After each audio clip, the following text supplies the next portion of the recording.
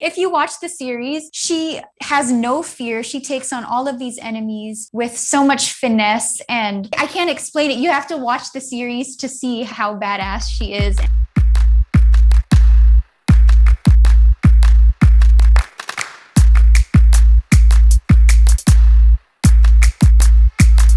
I was mostly watching vocal exercises on YouTube for the most part. And of course, I asked my vocal coach if it's the correct way to warm up your voice. And yeah, he said it was. But for the most part, when we were doing the dubbing sessions, he taught me to bring my voice very high up, like, and bring it very low, like bring it down.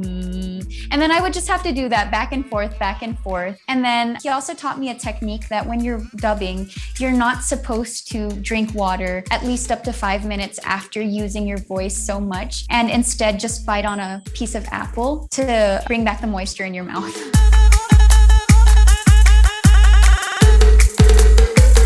I realized how important it is to also be conscious about your voice when it comes to acting, because of course I haven't watched the whole Trese series yet, but I have yet to see how well I did. But based on like what I heard from when I was dubbing, it's really a world of difference when you put more effort into your voice and kind of create this character out of your voice. And I'm going to be more mindful of that when I have characters in the future, because I also want to, like, when I look back on all my films, I want them really to be different from each other. And when I was watching a few of my films and teleserye, I realized how similar my voice sounds in almost everything. So it's kind of hard to differentiate the characters unless I'm speaking a different language.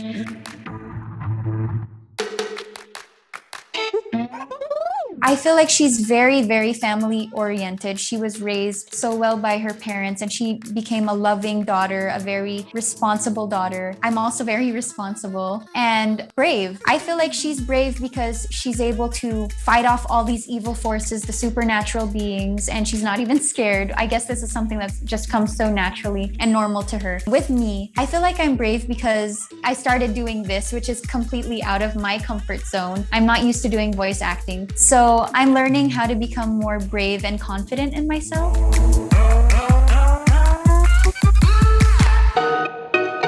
She's just badass. If you watch the series, she has no fear. She takes on all of these enemies with so much finesse, and I can't explain it. You have to watch the series to see how badass she is and how brave she is and how she doesn't need a man to protect her. Of course, from time to time, she has Crispin and Basilio to be there on her side to watch her back if anything happens. But for the most part, she's the one who's taking care of everybody, the human beings and the supernatural beings. So hats off to her. And even though we don't experience what she's experiencing in the story, I feel like a lot of people can relate to her because, of course, in the real world, we also have enemies. They just don't look like monsters, right? A lot of people need to learn how to stand up for themselves, as Alexandra Trese does for herself and for her countrymen.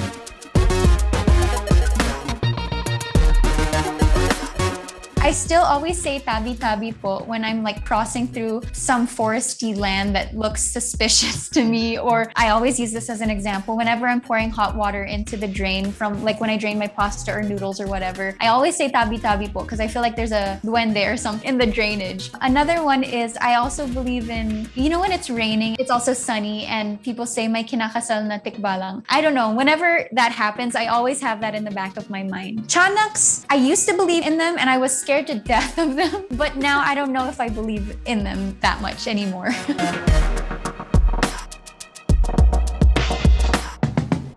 I actually think I do believe in destiny and a predetermined path because I feel like everything is planned out in God's way, and it's really up to us humans to make the right decisions and the right choices to go down that path that God chose for us. Of course, He has something that He has in mind for us, but He also gave us, that's the true freedom that we have, is to make our own decisions and to be able to go to that path. And I feel like sometimes, like, you know, when we pray and ask for signs, I feel like God always gives signs for everything. It's just up to us to interpret those signs.